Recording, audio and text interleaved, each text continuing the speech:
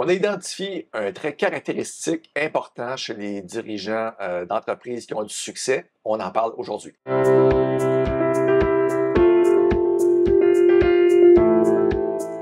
Bonjour, mon nom est Pierre-Olivier Langevin, je suis avec Eddie Chandonnet. Nous sommes tous deux gestionnaires de portefeuille chez Médici. Et Eddie, on parle aujourd'hui d'un ingrédient important qui fait le succès de nombreux entrepreneurs en affaires, le feu sacré, comme tu l'appelles. Ouais. Parle-nous de, c'est quoi ça, le feu sacré exactement? Ouais. Définis-nous-le. Ben, effectivement, c'est pas un. Le feu sacré, c'est avoir la motivation, la détermination de toujours faire mieux, de chercher, comme dirigeant d'entreprise, à améliorer les marges de profitabilité, à faire croître l'entreprise, faire des acquisitions. On voit, au fil du temps, on a analysé énormément d'entreprises, puis on voit que certains dirigeants ont cette flamme-là, qui la quittent jamais. Il y a des dirigeants qui vont l'avoir pendant un certain nombre d'années, puis souvent, vers la cinquantaine, la soixantaine, on voit qu'il y a un essoufflement, si on peut dire, ou un certain confort qui s'établit, puis ça diminue. Il y a d'autres dirigeants qui continuellement, puis on le voit avec Warren Buffett, qui continue toujours à vouloir faire des acquisitions, puis réinvestir le capital à 93 ans. Il y a des dirigeants qui ne le perdent jamais à ce feu sacré-là. Moi, je trouve ça fascinant quand même, parce que comme tu le dis, à un moment donné, tu as une entreprise, tu as du succès, tu ramasses, je ne sais pas, 100 millions de revenus, 10 millions de profits. Puis là, ensuite, fois 10, 1 milliard. Puis ces gens-là continuent à chercher des façons de croître. En termes de richesse personnelle, ces gens-là ont déjà accumulé des millions, mais ils veulent encore continuer. Bien, leur motivation, effectivement, pour beaucoup de personnes, atteignent 5-10 millions, ils prennent leur retraite, puis ils font le tour du monde, puis c'est fini. La plupart des gens penseraient de même. Oui, exactement. Mais oui, il y a des gens qui veulent toujours. Fait que leur motivation n'est pas monétaire. C'est pas de prendre leur retraite le plus tôt possible. Et autres, ils veulent créer quelque chose, ils veulent bâtir, et ils cherchent toujours à améliorer les activités de leur entreprise et la faire croître. On a un exemple québécois, là, Jonathan Goodman. Ça, j'allais te demander, justement. Donne-nous des exemples un peu. Là. Exact. Jonathan Goodman, qui a bâti les laboratoires Paladin, qui a fait croître cette entreprise-là énormément. Il a vendu l'entreprise. Il a eu une offre incroyable qu'il ne pouvait pas vraiment refuser, qui l'a rendu extrêmement riche. Et Jonathan Goodman, le lendemain de la vente de son entreprise, il repartait, le Knight Thérapeutique. Knight Thérapeutique qu'on détient en portefeuille, d'ailleurs, c'est bon de le mentionner oui, à nos auditeurs. Effectivement, donc il n'a pas pris de pause à notre connaissance. S'il a pris des vacances, ça n'a pas duré longtemps parce que tout de suite, il a recommencé avec cette entreprise-là. Et encore là, il cherche à la faire croître, à faire des acquisitions, puis la motivation est autre. Il y a une flamme, là, le feu sacré qui est présent dans son...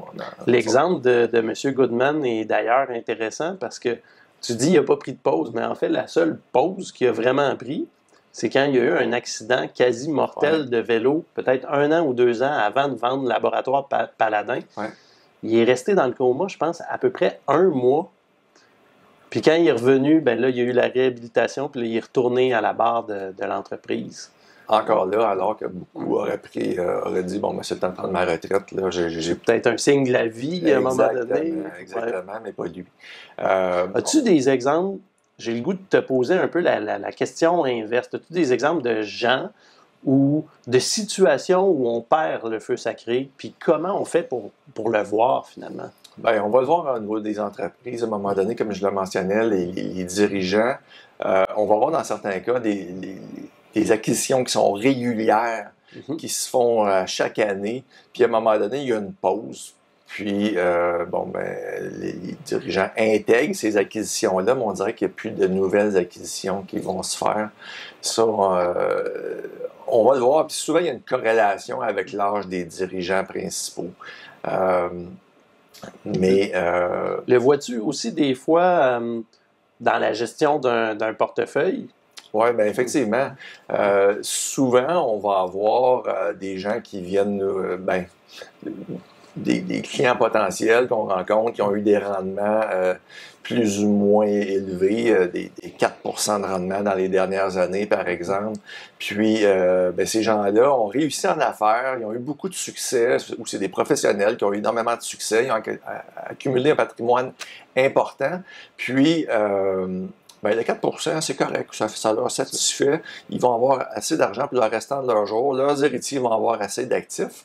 Mais là, on se dit, oui, mais si tu as la possibilité, là, on ne parle pas de prendre de risque additionnel. Là. Si on a une meilleure gestion du portefeuille, tu peux avoir un meilleur rendement. Pourquoi te passer de ça? Oui, souvent, les gens vont avoir assez d'argent pour le restant de leur jour, mais tu ne connais pas l'avenir. L'inflation peut gruger ces actifs-là. Oh oui. L'impôt. On l'a vu dernièrement, l'inflation est montée pas mal au-dessus de 4% pendant un certain temps après la pandémie. Exactement. L'impôt sur le gain capital qui a augmenté aussi récemment. Donc, tu veux te protéger de ces événements-là qui pourraient se produire.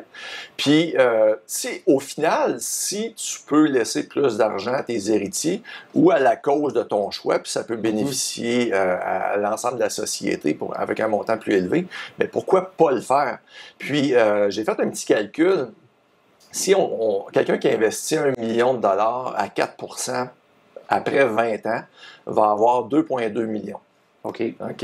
Le même million investi à 8% après 20 ans va valoir 4,7 millions.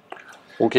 Donc, de simple au double. On parle d'une grosse différence. Mais plus que ça, Pierre-Olivier, parce que un rendement de 4% après inflation et après impôt, finalement, c'est à peu près, il n'y a pas d'enrichissement. Ton 2,2 millions vaut approximativement $1 million aujourd'hui.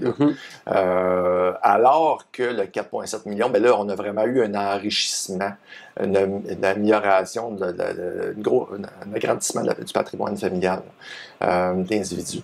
Donc, ça fait toute la différence de conserver cette motivation-là puis d'essayer d'avoir un peu plus. Eddie, d'ailleurs, il y a beaucoup d'auteurs à succès qui ont parlé de ce sujet-là, dont Jim Collins, qui dit finalement que le pire ennemi d'atteindre, lui il dit de greatness, donc d'atteindre les plus hauts sommets, c'est de juste avoir un résultat qui est confortable, qui est adéquat sans être exceptionnel. Se satisfaire de peu, peut-être pas de peu, mais se satisfaire. Exactement, oui. Effectivement, ça fait toute la différence de conserver cette flamme-là. Autant pour les dirigeants d'entreprise, nous, on veut investir dans des entreprises qui sont gérées par des dirigeants qui ont cette flamme-là, qui veulent continuellement améliorer, faire grandir leur organisation. Et autant dans les portefeuilles personnels, ça va faire une différence en augmentant la marge de sécurité, en augmentant le patrimoine éventuel qui va être laissé aux héritiers ou à la cause de votre choix. Conserver le feu sacré, la flamme, ça fait toute la différence à long terme. Autrement dit, ce que tu dis, c'est on veut des clients qui ont le feu sacré, puis on va trouver des investissements dirigés par des dirigeants qui l'ont tout autant, ce feu sacré-là. Ça va faire toute la différence à long terme. Merci, Eddie. Merci.